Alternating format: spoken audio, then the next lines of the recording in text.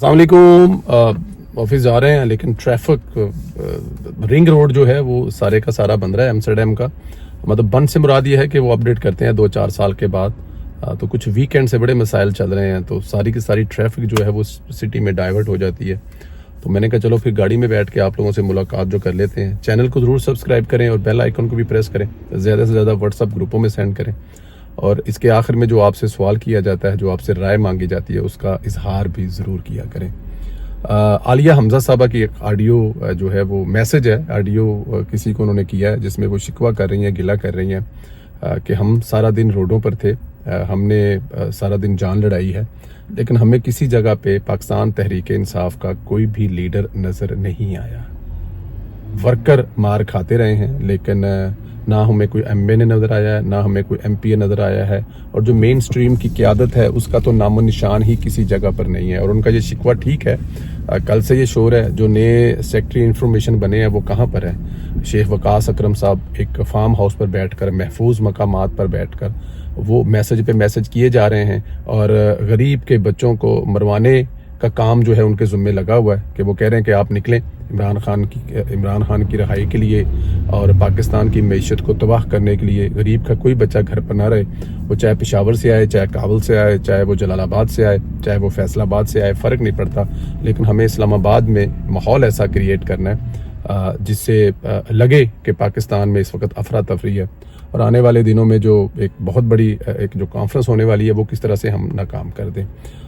आलिया हमजा साहब ये भी कह रहे हैं कि मैं एक ज़ाहिर एमएनए का इलेक्शन लड़ती हूँ, 41 मेरी यूसी हैं, अगर मैं हर यूसी से 100 बंदा भी लेके आऊँ तो ये 4000 बंदा बन जाता है। लेकिन क्या हर एमएनए ऐसा करे? लाहौर में तकरीबन हर हलके से एमएनए इलेक्शन लड़ता है, लाहौर में हर हलके से एमपी इलेक्शन लड़ता है, इसके अलावा रावलपिंडी है, इस्लामाबाद है, गुजर खान है, ये तमाम के तमाम ऐसे ज़िले हैं जहां से लोग इकट्ठे हो सकते थे। लेकिन प्रॉब्लम ये था, इन लोगों को लीड करने के लिए कोई ना कोई होना चाहिए था, लेकिन लीड करने के लिए कोई नहीं था तो लोग कहां से निकलेंगे। और उनका शिकवा जो था वो अपने वर्करों से नहीं था, वर्करों से वो खुश थी, उनका शिकवा था अपनी मेन जो उनकी जो क़यादत है। अब उमर अयूब को देख लें आप, बड़ी बड़ी बढ़के हैं लेकिन कहाँ हैं, आपको कहीं नज़र आए हैं? गोहर अयूब साहब पार्टी के चेयरमैन हैं जिनकी जिम्मेदारी पार्टी चलानी है, क्या आपको वो कहीं नज़र आए हैं? तो जवाब है वो नज़र नहीं आए। इसके अलावा और बड़े बड़े अली मोहम्मद खान साहब, बड़ी बड़ी तकरीरें, बड़े बड़े कलमे, बड़ी बड़ी शहादतें, वो पिछले दिनों जो वो भी शहादत ही ढूंढते फिर रहे हैं। लेकिन बात फिर वही है जो इमरान खान साहब ने की थी कि मैं शहादत की मौत चाहता हूँ, लेकिन अली साहब ने भी ना किसी जलसे जुलूस में आना है, अली साहब ने भी ना किसी धरने में आना है और ना किसी पुलिस वाले की हवाई फायरिंग से उन्होंने शहीद होना है। तो इसलिए ये तमाम वो लोग हैं जो बड़ी बड़ी बातें तो कर रहे हैं लेकिन किसी जगह पे नज़र नहीं आ रहे, और इन्हीं के बारे में आलिया हमजा साहबा जो हैं वो फरमा रही। अस्सलाम वालेकुम दोस्तों, मैं किसी वक्त तो परेशान हो जाते हैं कि किस किस्म के लोगों से क्या काम करवाया जा रहा है और कौन करवा रहा है। सदीक जान जिस पे तो कभी को तबसरा भी नहीं करना चाहिए, लेकिन अब क्या करें, तबसरा करना पड़ेगा। उनकी अभी एक ट्वीट है, अगर आप वो लोग भी देख लें, बल्कि आपको दिखा देते हैं उनकी ट्वीट जो है, कि जिसमें वो ये फरमा रहे हैं कि इस वक्त इस्लामाबाद में कोई भी वफाकी वजीर मौजूद नहीं है और वो सारे के सारे जो हैं जा चुके हैं, ना मालूम लोकेशन पे हैं, वो बल्कि वो कह रहे हैं कि किसी महफूज जगह पे हैं। और अता साहब ने जो अभी प्रेस कॉन्फ्रेंस की, जो एक उनका वीडियो बयान था, उसको भी कह रहे हैं कि वो भी नामालूम मतलब कि कोई ऐसी जगह है जिसका किसी को नहीं पता।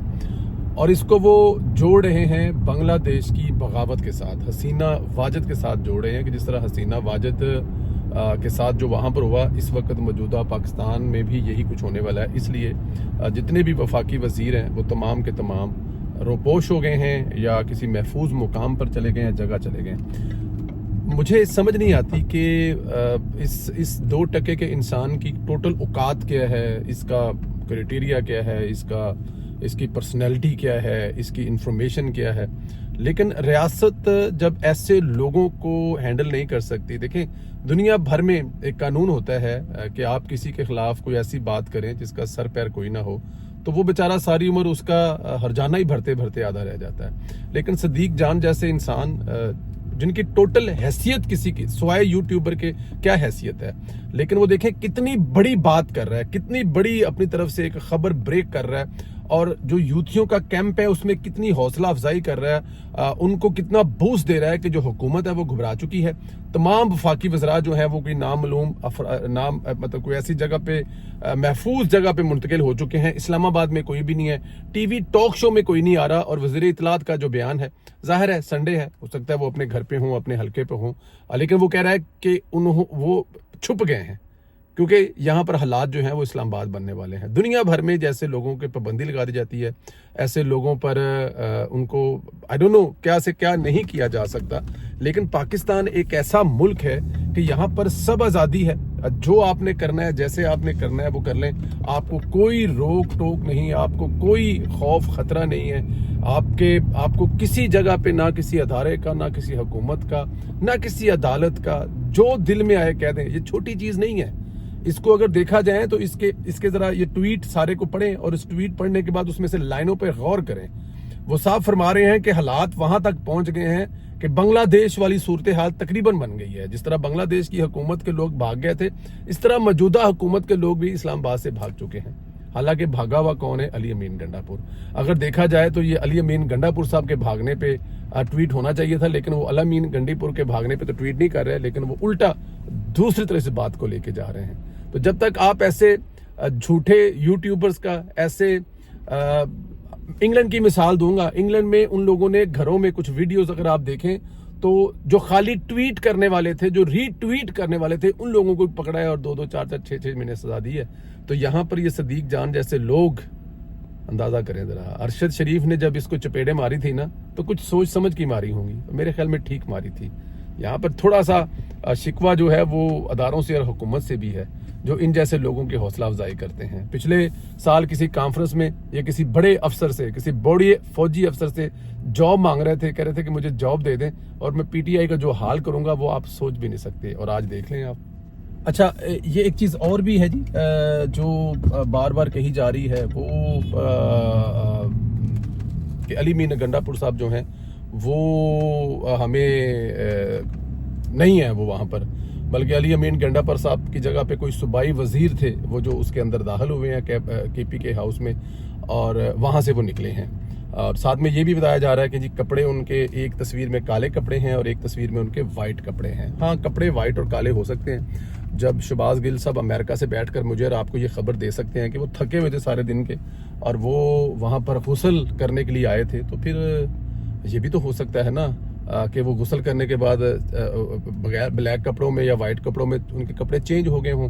खैर, उस वीडियो में देखा जा सकता है 2:कुछ पर गंडापुर साहब जो है वो तशरीफ लाए हैं और 4:कुछ पर वो उस वीडियो में वापस तशरीफ लेके जा रहे हैं। अब अगर पाकिस्तान तहरीक इंसाफ ये नहीं बताना चाह रही, बल्कि पाकिस्तान तहरीक इंसाफ सवाल ही नहीं कर रही कि वो अपने काफिले को छोड़कर इस्लामाबाद आए क्यों थे। गिरफ्तार होना तो बात की बात है ना, या उनको गायब कर देना, या वो डिग्गी में बैठ गए, तो वो सारे सवालात हैं ना जिनके जवाब अली अमीन गंडापुर साहब ही देंगे। उसमें मैं और आप तो जवाब नहीं दे सकते, लेकिन इन सवालों के जवाब लेने से पहले कि अली अमीन गंडापुर से कोई सवाल कर सकता है कि आप अपने काफिले को लीड कर रहे थे, उस काफिले को वहां पर छोड़कर आप इस्लामाबाद में केपी के हाउस में सिर्फ शावर लेने के लिए आए थे? क्या पूरे रास्ते में कोई ऐसी जगह नहीं मिली जहां पे आप शावर ले लें और फिर शावर लेने के बाद आप चले कहां गए? वो 565 स्टोरियां उसमें बन सकती है। वो जब वापस आएंगे तो फिर पता लगेगा, वो बताएंगे क्या स्टोरी सुनाते हैं, क्या कहानी बताते हैं, कैसे यूथियों बेचारों को परेशान करते हैं। अली अमीन गंडापुर भी बड़ी जिम्मेदारी है उस पर, जाहिर है एक तरफ उसने इमरान खान से वादा किया हुआ है, दूसरी तरफ भी जो उसका वादा है वो भी आपको पता है। लेकिन ये लग यही रहा है कि अली अमीन गंडापुर साहब जो हैं वो किसी ना किसी तरह से जो अपनी जान है वो छुड़वा कर कहीं सुकून से बैठे हुए हैं। 2-4 जो उनके बॉडीगार्ड साथ हैं, उनके वो कोई मोटे छोटे कुट रहे हैं, पैर शहर कुटते बहने, क्योंकि जाहिर है उन्होंने कल का दिन बड़ा सख्त गुजारा हुआ है। और फिर दूसरा ये है कि डिग्गी में अगर लेट कर केपी के हाउस से वो निकले हैं, केपी के हाउस से दरवाजे से अगर वो बैठे हैं डिग्गी में या कहीं छुप कर गए हैं, तो जब डिग्गी में छुप कर जाएं तो फिर वो क्या उसे कहते हैं, डिग्गी कितनी बड़ी होती है। और अली अमीन गंडा साहब जो है वो माशाल्लाह काफ़ी सेहतमंद भी हैं। अब उनके आने पे पता लगेगा, उस वक्त तक तो तमाम क्या सराइयाँ हैं कि वो किधर चले गए, वो कहाँ गायब हो गए, उनको आसमान उठा लिया आसमान ने या ज़मीन निकल गई। ये थोड़ा देर और आपको इंतज़ार करना पड़ेगा, इसका जवाब मिलेगा। ज़रूर मिलेगा, अली अमीन गंडापुरी जवाब देगा। लेकिन जो मैं सोच रहा हूँ, मेरे ख्याल में कबल वक्त है वो बता दें। जो जो हमारे पास है, कहानी है, स्टोरी है, एक बात कन्फर्म है, दोनों तरफ से खेलने वाला खज्जल खराब होता है। और अब वो वक्त आ गया हुआ शायद कि अली अमीन गंडापुर को एक साइड पे होना पड़ेगा।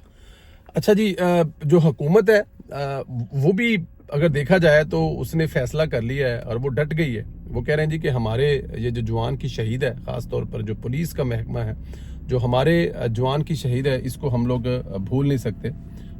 मुकदमे जो है वो बनेंगे, बल्कि मैं तो जो हमारी इंफॉर्मेशन है उसके मुताबिक इमरान खान पर डायरेक्ट मुकदमा बना है, अगवा का मुकदमा, असला छीनने का मुकदमा, और ये जो शहादत है ये भी पीटीआई के लोगों पर और पीटीआई के जो मेन जो जिसको कह रहे हैं कि आप वो लीड कर रहे हैं इस पूरे इंतशार वाली तहरीक को, उन पर मुकदमा जो है वो बन रहा है। बनना भी चाहिए।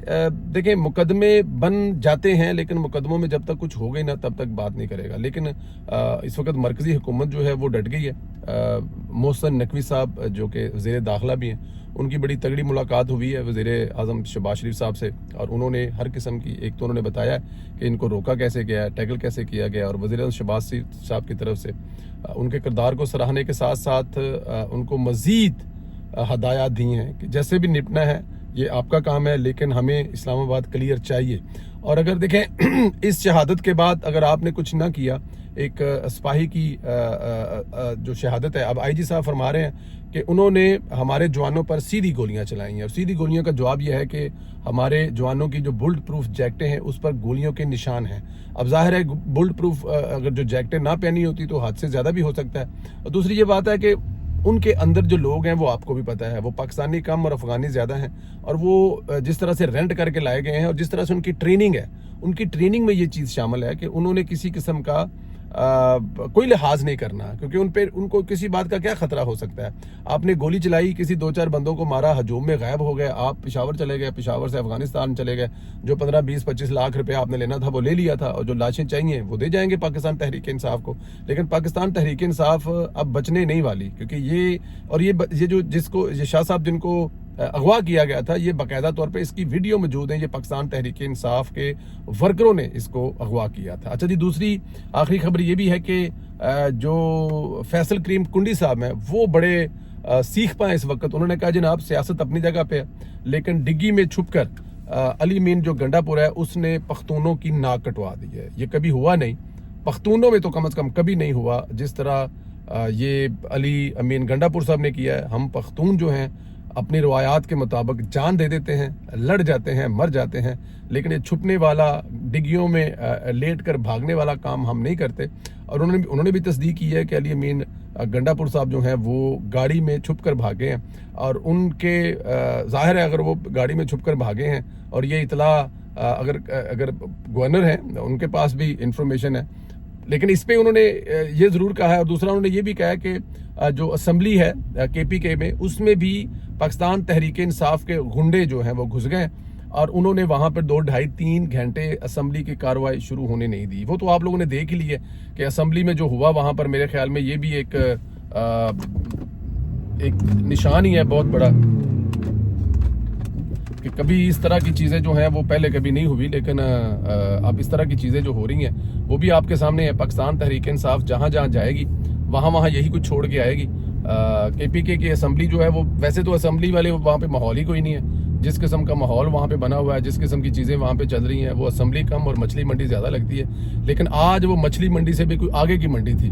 अब उस मंडी का क्या नाम है, मैं उस मंडी का नाम तो नहीं दे सकता, लेकिन अगर आप लोगों को अपने जहन में नाम आ रहा है तो वो नीचे बताइएगा वो कौन सी मंडी है जिस मंडी में इस किस्म के लोग हैं, इस किस्म के रवैये वाले लोग हैं, जिनको फिक्र इस बात की नहीं है कि वो अवाम के वोटों से अगर इलेक्ट होके आए हैं तो उनका असम्बली में आने का मकसद जो है वो सूबे की किस्मत बदलना है, उस सूबे की एजुकेशन के लिए कुछ करना है, सूबे की हेल्थ के लिए कुछ करना है, सूबे के नौजवानों के लिए रोज़गार के लिए कुछ करना है, सूबे की तरक्की के लिए कुछ करना है, सूबे की सड़कों के लिए कुछ करना है। लेकिन वो सब कुछ करने के बजाय सिर्फ और सिर्फ एक फितने को हर गुजरते दिन के साथ स्ट्रॉन्ग करने की तरफ जा रहे हैं, तगड़ा करने की तरफ जा रहे हैं, उसको जेल से छुड़वाने के लिए ऐसे काम कर रहे हैं जो मेरे ख्याल में पाकिस्तान की दूसरी कोई भी असम, देखें इससे पहले भुट्टो साहब, इससे पहले नवाज शरीफ, इससे पहले आसिफ अली जरदारी, ये तमाम लोग अरेस्ट रहे हैं। और ये सियासत में ख़ास तौर पर हमारे वाले कल्चर का तो एक हिस्सा है कि अगर आप पे ऐसा वक्त आता है तो आपको उसको गुजारना पड़ता है, और फिर जब आप बाहर आते हैं तो एक